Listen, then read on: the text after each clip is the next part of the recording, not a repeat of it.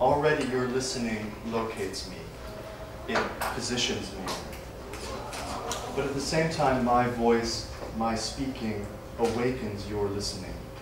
It demands your attention.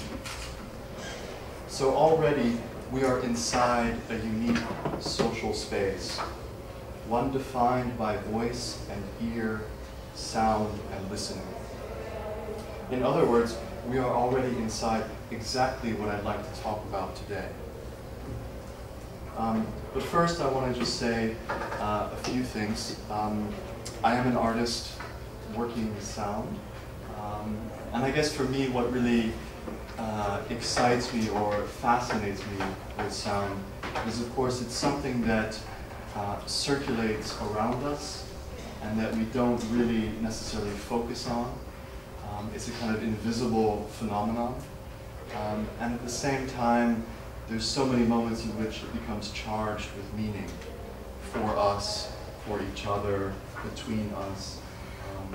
So sound for me somehow became a very fascinating and interesting phenomenon, material, subject matter to focus on, to study, and to use as a material, as an artistic material.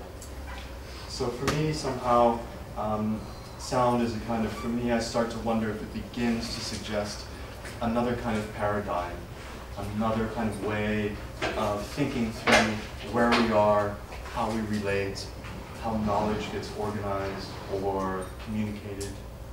So this for me has become my area of focus. And it's participating really within the emergence of sound studies. Over the last recent years, increasingly this is appearing within different educational programs.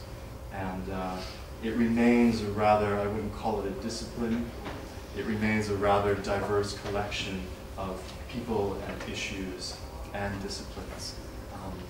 But this is a kind of community, a kind of global community that very much integrates artistic work and academic research.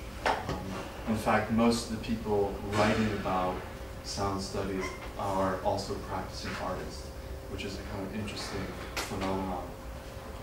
But for myself, I always feel generally sound studies for me is a kind of examination of the practices of auditory life.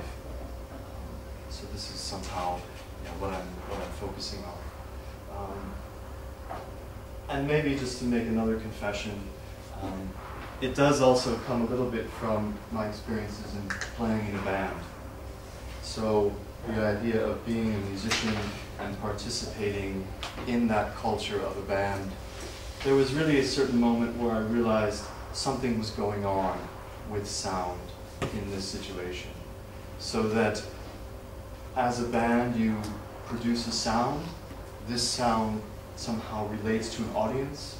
It carries a particular kind of meaning only in relationship to the listener. And at the same time, in that sort of temporal moment, there is a kind of live spatial production happening. So that somehow sound, audience, and space become a kind of field, a kind of integrated, collaborative, participatory spatial project. So once I started to recognize that in that moment of being in a band, I guess I suddenly wanted to be an artist instead. So I gave up the band. So sound for me is always already connected to the making of a social space, to the idea of a relational production between you and I. So what I want to do today is really just offer some further reflections about